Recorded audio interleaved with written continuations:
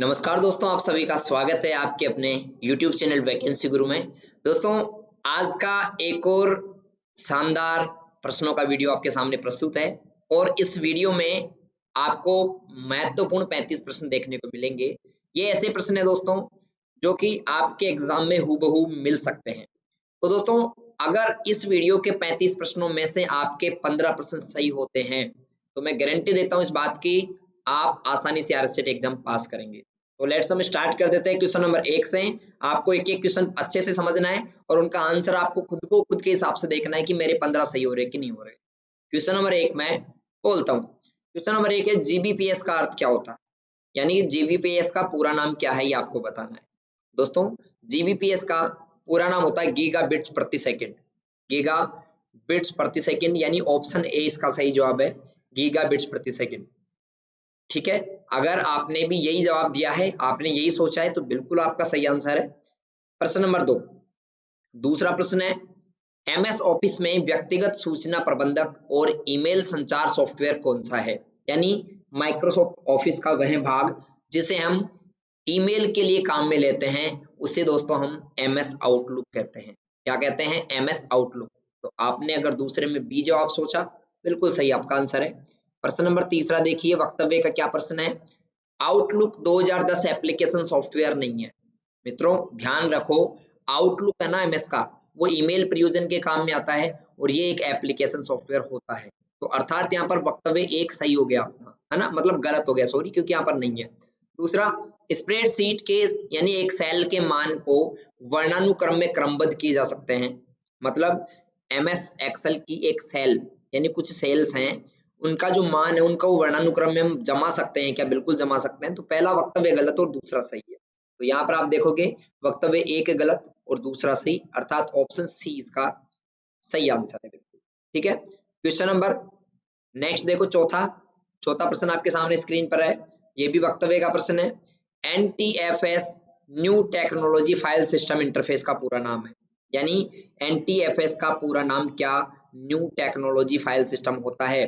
तो मैं कहूंगा बिल्कुल सही है, पहला सही। दूसरा, एमएस एक्सेल में सेल, रो और कॉलम का प्रतिच्छेदन होता है। यानी कि क्या एमएस एक्सेल में एक सेल जो है रो और कॉलम के काटने से बनती हैं? तो आपका जवाब रहेगा हाँ, बिल्कुल सही। तो यहाँ पर आंसर रहेगा वक्तव्य एक सही और वक्तव्य दूसरा भी सही, अर्थात ऑप्शन डी इसका सही जवाब है। दोनों वक्तव्य एक और दो सही है। अगला प्रश्न देखिए, पांचवा प्रश्न, आईपी पते का मान्य उदाहरण क्या है? इनमें से कौन सा एक आईपी एड्रेस का वैलिड उदाहरण है? ऑप्शंस आपके सामने हैं, मतलब आपको ये बताना है आईपी एड्रेस कौन सा है। दोस्तों, मैंने आपको पहले भी बताया था कि आईपी एड्रेस में कुछ संख्याएं होती हैं, जैसे इस प्रकार ये वाला। तो यहाँ पर आपको दिख रहा है ऑप्शन डी में आईपी एड्रेस का सही उदाहरण ये एक आईपी एड्रेस है। ऑप्शन सी जो दिख रहा है इसे हम कहेंगे यूआरएल, किसी वेबसाइट का यूआरएल है। और ऑप्शन बी जो आपको दिख रहा है इसे हम ईमेल कहेंगे, ईमेल एड्रेस है। और ऑप्शन ए जो दिख रहा है इसे हम किसी फाइल का कंप्यूटर में पाथ कहेंगे, यानी फाइल का पाथ है ये, तो इसको हम कहेंगे फाइल पाथ। तो आपका पांचवे का जवाब ऑप्शन डी रहेगा। छठवा देखिए, छठा प्रश्न है ईमेल भेजते वक्त अगर ईमेल पते को खालिस्तान फील्ड में डालें तो प्राप्तकर्ता व्यक्ति को ईमेल मिल जाएगा, लेकिन वह कोई अन्य प्राप्तकर्ता का ईमेल नहीं देख पाएगा जो कि उपरोक्त फील्ड में है। अर्थात ये क्या कहना चाहता है, ध्यान से सुनो। आप किसी को मान लो ईमेल भेज रहे हो, आपको इसमें समझने की आवश्यकता है, क्योंकि जब तक क्वेश्चन अपने समझ में नहीं आएंगे ना, तब तक हम उनको सही नहीं कर सकते। रटने से सही नहीं होता, समझने से सही होगा एग्जाम में। तो ध्यान दो कि अगर हमें किसी को ईमेल भेजना है और हम चाहते हैं, जैसे मान लो हम 10 लोगों को ईमेल भेजना चाहते हैं ना, 10 लोग हैं उनको हम ईमेल भेजना चाहते हैं, तो हम चाहते हैं सबको ईमेल मिल भी जाए, पर एक दूसरे को मालूम नहीं चले कि मेरे अलावा और किस किस को मेल भेजा गया है, उनको पता नहीं चले। ठीक है, तो आप पता है क्या करेंगे, आप उसके मतलब प्रत्येक ईमेल एड्रेस को आप बीसीसी में लिखेंगे। जिसको आप ये नहीं बताना चाहते कि आपके अलावा किसको भेजा गया, उनका ईमेल एड्रेस आप कहाँ भेजेंगे, बीसीसी के अंदर लिखेंगे और उसके बाद मेल भेजेंगे। बीसीसी का यहाँ पर पूरा नाम क्या होता है, blind carbon copy, blind carbon copy. तो छठे में अगर आपने ए जवाब दिया तो बिल्कुल सही है। सातवां, डोमेन नेम का पता लगाने और इसे इंटरनेट प्रोटोकॉल एड्रेस में अनुवाद करने के लिए निम्न में से कौन उत्तरदायी है? आप आपके कंप्यूटर में, आपके कंप्यूटर में कौन सा एक ऐसा सिस्टम है नेटवर्क के अंदर जो डोमेन नेम का पता लगाता है, ठीक है, और साथ ही साथ क्या करता है, आईपी को यूआरएल में बदलता है, आईपी से यूआरएल और यूआरएल से आईपी में कन्वर्ट करने का काम करता है। मित्रों इसे हम डीएनएस कहते हैं। क्या कहते हैं? डीएनएस। डीएनएस का पूरा नाम होता है डोमेन नेम सिस्टम। ओके। और 8वां प्रश्न, निम्न में से कौन सा हार्डवेयर का उदाहरण नहीं है? यहाँ पर 4 ऑप्शन है, इनमें से एक आपको हार्डवेयर का उदाहरण नहीं है वो बताना। दोस्तों ओसीआर एक हार्डवेयर होता है, याद रखना। ओसीआर क्या होता है? एक हार्डवेयर होता है। एमएस वर्ड क्या होता है दोस्तों? आपका सॉफ्टवेयर होता है, ठीक है, सॉफ्टवेयर। और प्रिंटर क्या होता है दोस्तों? प्रिंटर भी एक हार्डवेयर होता है और स्कैनर भी हार्डवेयर होता है। तो इसके ऐसे करेंगे तो इसमें देखेंगे इसका सही जवाब अपना बी हो जाएगा, क्योंकि एमएस वर्ड एक सॉफ्टवेयर है और बाकी सभी हार्डवेयर है। प्रश्न नंबर 9वां प्रश्न ध्यान से समझने का है। एक्सेल का प्रश्न है, मान का प्रश्न है, ध्यान से सुनना। मान लो कि प्रत्येक अंक यानी कि कुछ सेल्स है यहाँ पर B2, B3, B4 ऐसे मान है, इनमें कुछ B से 1 तक कुछ संख्याएं लिखी हुई हैं और आप इनकी क्या करना चाहते हैं? प्रतिशत निकालना चाहते हैं, परसेंटेज। क्या निकालना चाहते हैं? परसेंटेज। तो परसेंटेज कैसे निकालेंगे? और ये प्रत्येक जो सेल है ना उनमें 100 में से मार्क आए हुए हैं, इनमें 100 में से टोटल 100 में से नंबर दिए गए हैं, तो टोटल सेलों की संख्या 6 है, तो पूर्णांक हो गया अपना 600। मैक्सिमम मार्क कितना हो गया? 600। ठीक है, तो हम क्या करेंगे, टोटल जो अपना, मैं एक बार आपको यहाँ पर अच्छे से समझा देता हूँ, इनको हटा देता हूँ। अपन क्या करेंगे, अपन करेंगे दोस्तों अपना जो टोटल मार्क रहेगा, ठीक है ना, टोटल, तो अपना जो टोटल रहेगा उसको गुणा तो कर देंगे हम 100 से और उसका भाग दे देंगे उसमें किसका? 600 का। ये हम फॉर्मूला लगाएंगे। तो टोटल निकालने का फॉर्मूला क्या होगा? बराबर सम ब्रैकेट ओपन और अपन B2 से लेकर B7 सेलेक्ट कर लेंगे। उसके बाद इसको मल्टीप्लाई करना अपने को 100 से और इसको डिवाइड करना है 600 से। अगर हम ये करते तो अपनी परसेंटेज आ जाएगी। पहले क्या कर लोगे, पहले आप इसमें डिवाइड कर लो, बाद में आप मल्टीप्लाई करना, कैसे भी कर लो। तो यहाँ पर इसका सही जवाब अपना होगा क्या? Option B. इसमें देखो आप बराबर सम B2 से B7 आ रखा है, फिर डिवाइड कर रहा है 600 से और मल्टीप्लाई कर रहा है 100 से, तो इसका सही जवाब रहेगा। अगर आपने एक्सेल में प्रैक्टिस की होगी, ठीक है, तो आपको मालूम चल गया होगा कि अपना ऑप्शन 20 का सही आंसर है। अगला देखिए 10वां प्रश्न है, कौन सा विंडोज 10 निर्मित टूल हस्तलिखित गणितीय अभिव्यक्ति को पहचान कर वर्ड प्रोसेसिंग या कम्युनिकेशनल प्रोग्राम में डाल देता है? आपसे पूछा जा रहा है कि आपके कंप्यूटर का ऐसा कौन सा टूल है जो हाथ द्वारा लिखे गए गणितीय अभिक्रियाओं को पहचान लेता है? तो इसे हम कहेंगे दोस्तों मैथ इनपुट टूल, क्योंकि गणितीय अभिक्रिया यहाँ पर पूछ रहा है, तो गणितीय अभिक्रिया किसमें होगी? मैथ इनपुट टूल में होगी, तो ऑप्शन 20 का सही आंसर। 11वां देखिए, निम्न में से कौन सा अटैक मूल संदेश को संशोधित करता है? यानी कि साइबर अटैक कौन सा है जो आपके मूल संदेश, आपका जो भी संदेश है उसको एडिट कर देता है? दोस्तों इसे हम एक्टिव अटैक कहते हैं। क्या कहते हैं? Active attack. 12वां, निम्न में से कौन सा सॉफ्टवेयर सिस्टम का एक उदाहरण नहीं है? यानी इनमें से कौन सा एक सिस्टम सॉफ्टवेयर का उदाहरण नहीं है जिसे वर्ल्ड वाइड वेब पर जानकारी खोजने के लिए डिजाइन किया गया है? मतलब यहाँ पर पूछ रहा है कि कौन सा एक ब्राउजर नहीं है, क्योंकि नेट पर जानकारी खोजना है तो ब्राउजर का इस्तेमाल करेंगे। तो इनमें से कौन सा एक ब्राउजर नहीं है? देखो पेंटिंग एक ब्राउजर नहीं है, बिंग ब्राउजर नहीं, सर्च इंजन, मैं यहाँ पर थोड़ा कंफ्यूज था, सर्च इंजन, हाँ, क्योंकि ये जानकारी खोजने के लिए सर्च इंजन काम में आता है। तो बीइंग सर्च इंजन है, याहू सर्च इंजन है और गूगल भी सर्च इंजन है। तो इसका सही जवाब रहेगा अपना ऑप्शन ए, क्योंकि ए पेंट एक टूल है जहां पर हम ड्राइंग बना सकते हैं, यहाँ पर हम कोई जानकारी खोज नहीं सकते। आगे चलते हैं। नेक्स्ट प्रश्न बताने से पहले मैं आपको एक जानकारी बताना चाहूंगा दोस्तों, आप लोग जो RSCIT के ऑनलाइन टेस्ट दे रहे हो ना, उसमें से आपके कितने कितने प्रश्न सही हो रहे हैं लगभग, ये आप हमें कमेंट करके जरूर बताएं, ठीक है। वैसे मैं आपका रिजल्ट पूरा सीट देख लेता हूँ, बहुत सारे विद्यार्थी हैं जो अच्छा भी कर रहे हैं, कुछ विद्यार्थियों के नंबर कट भी रहे हैं, पर आप अगर इंडिविजुअल कमेंट करके बताएंगे हमें मालूम चल जाएगा कि आप ऑनलाइन टेस्ट, और जिनको मालूम नहीं है कि सर टेस्ट कैसे देना है, तो टेस्ट देने के लिए क्या करना होगा, आप लोगों को ध्यान रखना है कि अगर आप टेस्ट देना चाहते हो तो आप वैकेंसी गुरु ऐप डाउनलोड कर लो, कहाँ से? प्ले स्टोर से, जहां पर आपको इंपॉर्टेंट क्वेश्चंस भी पढ़ने को मिलेंगे, ऑनलाइन टेस्ट भी देखने को मिलेंगे, और ये सब चीजें निःशुल्क रहेंगी, वहां पर कोई आपका चार्ज भी नहीं लग रहा है, ठीक है। और इसके अलावा आप यहाँ पर model test paper, old paper वगैरह सारी चीजें देख सकते हो। ठीक है, अगला प्रश्न हम पढ़ते हैं। ईमेल भेजने के दौरान खालिस्तान संदेश की सामग्री का वर्णन करता है।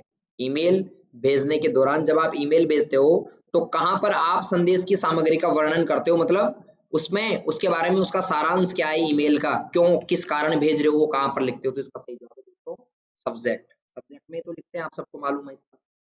आगे, स्मृति स्थान से डेटा कॉपी करने की प्रक्रिया को क्या कहते हैं। दोस्तों स्मृति स्थान से डेटा कॉपी करना, जैसे आपके सामने यहाँ पर ये कुछ क्वेश्चन लिखा हुआ है, आप इसको पढ़ रहे हो ना, अभी पढ़ रहे हो, तो आप इसके स्मृति स्थान से डेटा को कॉपी कर रहे हो, अपने अंदर ले रहे हो ना, तो ये चीज रीडिंग कहलाता है। क्या कहलाता है?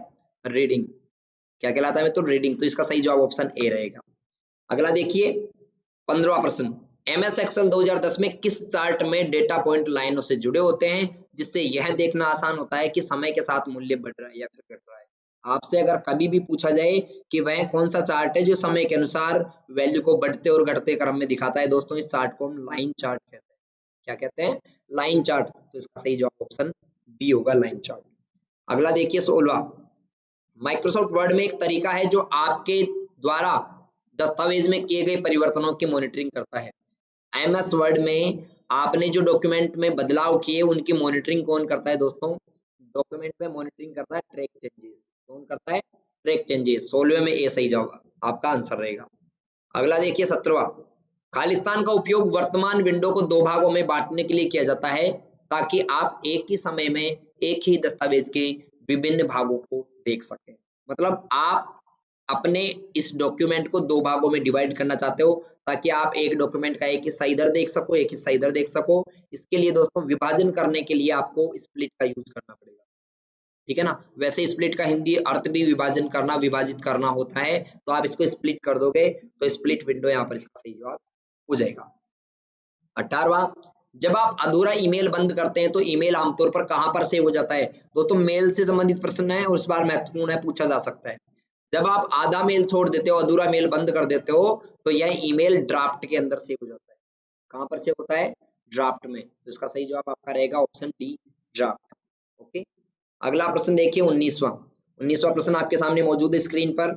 19वें प्रश्न में पूछा जा रहा है कि गूगल द्वारा एंड्रॉयड उपकरणों के लिए विकसित एक अंतरराष्ट्रीय ऑनलाइन सॉफ्टवेयर स्टोर कौन सा है। गूगल द्वारा एंड्रॉयड उपकरण है उनको विकसित करने के लिए या फिर वहां से डाउनलोड करने के लिए एक ऑनलाइन सॉफ्टवेयर कौन सा है दोस्तों, जहां से आप एप्स डाउनलोड कर सकते हो गूगल एंड्रॉयड के अंदर, उसे हम प्ले स्टोर कहते हैं। आप सभी को मालूम है इस बात का, प्ले स्टोर। तो इसका सही जवाब अपना रहेगा Google Play Store, option C. अगला 20वां प्रश्न देखिए। विंडोज 10 में खालिस्तान वेब ब्राउजर ने इंटरनेट एक्सप्लोरर का स्थान ले लिया, यानी कि ये पूछ रहा है विंडोज 10 में एक नया ब्राउजर आया है, न्यू ब्राउजर, जो कि किसके स्थान पर आया है? ये आया है दोस्तों आपके इंटरनेट एक्सप्लोरर की जगह। इंटरनेट एक्सप्लोरर, इसकी जगह नया ब्राउजर आ गया, इसका नाम है माइक्रोसॉफ्ट एज। इंटरनेट एक्सप्लोरर भी माइक्रोसॉफ्ट कंपनी का था और माइक्रोसॉफ्ट एज भी माइक्रोसॉफ्ट कंपनी का है। ये नया नाम इसका हो गया, नया ब्राउजर इसका। अगला 21वां, और मुझे उम्मीद है आप सभी दोस्तों ने वीडियो को लाइक कर दिया होगा, क्योंकि यहाँ पर अगर आपको पढ़कर बहुत अच्छा लगा अगर, तो दिल से आप वीडियो को लाइक जरूर कर दें। 21वां प्रश्न देखिए। विंडोज 10 में कौन सी डेस्कटॉप सुविधा शामिल की गई है जिसे विंडोज 8 में हटाया गया था? ठीक है, विंडोज 10 में कौन सी डेस्कटॉप सुविधा शामिल की गई जो विंडोज 8 में नहीं थी? दोस्तों विंडोज 8 में ध्यान रखना स्टार्ट मेन्यू नहीं होता। ठीक है, रिसाइकल बिन होता है, गैजेट होते हैं, विंडो कुंजी के माध्यम से सर्च भी होता है। तो स्टार्ट मेन्यू कहाँ थी? विंडोज 8 में नहीं थी और विंडोज 10 में वापस से आ गया। तो इसका सही जवाब ऑप्शन ए रहेगा। अगला 22वां प्रश्न। मैं दोस्तों आप सभी से एक बात और बताना शेयर करना चाहूंगा। आप में से बहुत सारे विद्यार्थी ऐसे हैं जिन्होंने चैनल को अभी तक सब्सक्राइब नहीं कर रखा, इनको लाइव क्लास का नोटिफिकेशन भी नहीं मिलता होगा और बहुत सारे इनके वीडियो भी रह जाते होंगे। ठीक है, तो अगर आपने चैनल को सब्सक्राइब नहीं किया तो फटाफट से सब्सक्राइब कर लीजिए ताकि आपको लाइव क्लासेस के नोटिफिकेशन टाइम टू टाइम पहुंचाते रहें हम, जिससे कि और आपकी बेहतर परसेंटेज बनने में सहायता आपको मिलेगी। एक बात और ध्यान दें, जब एग्जाम होगा तो एग्जाम के बाद में जब क्वेश्चंस आप देखोगे ना, तब आपको मालूम चलेगा कि हमने कितनी बड़ी गलती कर रखी है। ठीक है, तो 22वां प्रश्न हम चलते हैं। खालिस्तान कुंजी आपको कर्सर के दाएं ओर के वर्ण को हटाने में सक्षम बनाती है। अगर आपको ये कर्सर है यहाँ पर और इस साइड के टेक्स्ट को हटाना है, डिलीट करना है, तो आप डिलीट बटन का यूज करोगे। बाएं साइड से मिटाना हो तो बैक स्पेस, और दाएं साइड का मिटाना हो तो डिलीट, ओके, यूज करेंगे। 23वां देखिए, वाईफाई का पूरा नाम क्या है मित्रों? बिल्कुल इजी सा प्रश्न है। वाईफाई का पूरा नाम wireless Fidelity, wireless Fidelity, D, ठीक है। 24वां, निम्न में से कौन सा वेब ब्राउजर का एक उदाहरण नहीं है? कौन सा एक ब्राउजर नहीं है? इंटरनेट एक्सप्लोरर ब्राउजर है, ओपेरा ब्राउजर है, गूगल भी ब्राउजर है, सॉरी गूगल ब्राउजर नहीं है, मोजिला फायरफॉक्स ब्राउजर है। गूगल क्या है? गूगल एक सर्च इंजन है, Google is a search engine, not a browser, okay. 25वां प्रश्न, 25वां प्रश्न है, निम्न में से कौन सा मोबाइल वॉलेट का वैध उदाहरण है? इनमें से कौन सा एक मोबाइल वॉलेट है? मित्रों मोबाइल वॉलेट है पेटीएम, पेटीएम एक मोबाइल वॉलेट है, बाकी ड्रॉपबॉक्स वगैरह ये मोबाइल वॉलेट्स नहीं है। अगला देखिए 26वां, HTML, HTML क्या बनाने के लिए प्रयोग में लिया जाता है? HTML क्या काम में आता है, क्या बनाने के काम में आता है? आप लोगों को कमेंट करके इसका जवाब देना है, मैं नहीं बता रहा, ठीक है। ऑप्शंस आपके सामने है, मशीन, प्रोग्राम भाषा, वेब पेज, उच्च स्तरीय या वेब सर्वर। आप लोग कमेंट करके इसका 26% का जवाब दें। आप लिखें क्वेश्चन नंबर, उसके बाद जवाब दें। 27वां देखिए, विंडोज 10 में बिल्ट इन, यानी पहले से जो कंपनी द्वारा, माइक्रोसॉफ्ट कंपनी द्वारा लॉन्च किया जाता है, तभी उसमें एक एंटीवायरस डाला जाता है, उसका नाम क्या है? यानी उसके कंपनी में मतलब अपना ऑपरेटिंग सिस्टम होता है, उसी के साथ इंस्टॉल हो जाता है रियल टाइम एंटीवायरस, उसका नाम है विंडोज डिफेंडर। जो विंडोज को डिफेंड करता है, वायरस से बचाने का काम करता है, विंडोज डिफेंडर कहलाता है। 28वां देखो, computer PD, computer PD VLSI प्रौद्योगिकी के साथ आईसी का उपयोग करती है, अर्थात वीएलएसआई, आईसी के साथ वीएलएसआई लॉन्च कब हुआ था दोस्तों? वीएलएसआई लॉन्च हुआ था चौथी पीढ़ी में, इसको हम सीपीयू भी कह सकते हैं, ठीक है, चौथी पीढ़ी में, चतुर्थ पीढ़ी यहाँ पर इसका सही जवाब होगा। अगला देखो 29वां प्रश्न आपके सामने मौजूद है, निम्न में से कौन सा कंप्यूटर सिस्टम में हार्डवेयर का उदाहरण है? आपको ये बताना है दोस्तों कि कंप्यूटर सिस्टम में हार्डवेयर कौन सा है। 4 ऑप्शन यहाँ पर है, इनपुट और आउटपुट डिवाइस, ठीक है, एमएस वर्ड 2010 और एमएस एक्सेल, एमएस पेंट और math tool, Google Chrome, Mozilla Firefox. दोस्तों इनपुट आउटपुट एक हार्डवेयर के उदाहरण है, ये सॉफ्टवेयर है, ये भी सॉफ्टवेयर है और ये भी सॉफ्टवेयर है, तो ऑप्शन ए इसका सही आंसर हो जाएगा। अगला प्रश्न देखिए 30वां, खालिस्तान डिस्क पर एक नामित स्थान जहां फाइलों को संग्रहित कर सकते हैं, यानी डिस्क पर एक ऐसा जगह है जहां पर हम फाइलों को स्टोर करते हैं, उसे हम क्या कहते हैं दोस्तों? उसे हम फोल्डर कहते हैं। क्या कहते हैं उसको? फोल्डर कहते हैं। तो इसका सही जवाब ऑप्शन सी यहाँ पर हो जाएगा। 31वां देखिए, एमएस एक्सेल में छोटे चार्ट एक सेल में एम्बेडेड होते हैं। एमएस एक्सेल के अंदर कुछ छोटे चार्ट होते हैं जो एक ही सेल में होते हैं, जो कि दृश्य प्रवृत्ति सारांश देने के साथ साथ डेटा भी दर्शाते हैं। आपसे पूछा जा रहा है कि एमएस एक्सेल में एक ही सेल में बनने वाला चार्ट क्या कहलाता है? एक सेल में बनने वाला चार्ट दोस्तों स्पार्क लाइन कहलाता है। क्या कहलाता है? Spark line. तो इसमें 31वें में सी सही आंसर, स्पार्क लाइन। आगे देखो 32वां प्रश्न, कौन सा उपकरण है जो कि आपको स्थायी पठनीय प्रारूप में, कौन सा उपकरण है जो आपको स्थायी पठनीय प्रारूप में जानकारी प्रदान करता है, जिसे हार्ड कॉपी कहते हैं? अर्थात ऐसा कौन सा आपका हार्डवेयर डिवाइस है जो हार्ड कॉपी को छापता है? दोस्तों हार्ड कॉपी छापने वाला जो डिवाइस है उसको हम प्रिंटर कहते हैं, क्योंकि एक बार जो प्रिंट हो जाता है वो हार्ड कॉपी बन जाता है, तो प्रिंटर इसको छापता है। तो प्रिंटर 3 ऑप्शंस यहाँ पर नहीं है, तो चौथा इसका सही जवाब होगा, उपरोक्त में से कोई नहीं। अगला देखो, डेटाबेस में संबंधित डेटा के सेट को क्या कहते हैं? डेटाबेस में संबंधित डेटा के सेट को रिकॉर्ड कहा जाता है ना। बहुत सारा डेटा अगर एक जगह कलेक्ट होगा तो उसको हम रिकॉर्ड कह सकते हैं क्या? बिल्कुल, आपका आप सोचेंगे, आपको मालूम है, कह सकते हैं, तो इसका सही जवाब आपका ऑप्शन बी होगा। 33 के बाद 34वां, खालिस्तान का उपयोग दस्तावेज में पाठ को शामिल करने के लिए किया जाता है जो कि प्रत्येक पृष्ठ पर दोहराया जाता है, ठीक है, प्रत्येक पृष्ठ पर यानी हर पेज पर रिपीट करने के लिए आप किसका प्रयोग करेंगे? किसी टेक्स्ट को हर पेज पर रिपीट करना है तो दोस्तों आप हेडर और फुटर का इस्तेमाल करेंगे। तो यहाँ पर अपना ऑप्शन ए इसका सही आंसर है, 34।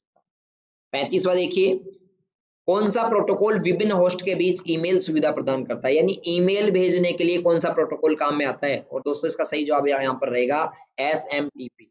एसएमटीपी का पूरा नाम क्या होता है? Simple mail transfer protocol. Repeat again, simple mail transfer protocol, SMTP का पूरा नाम।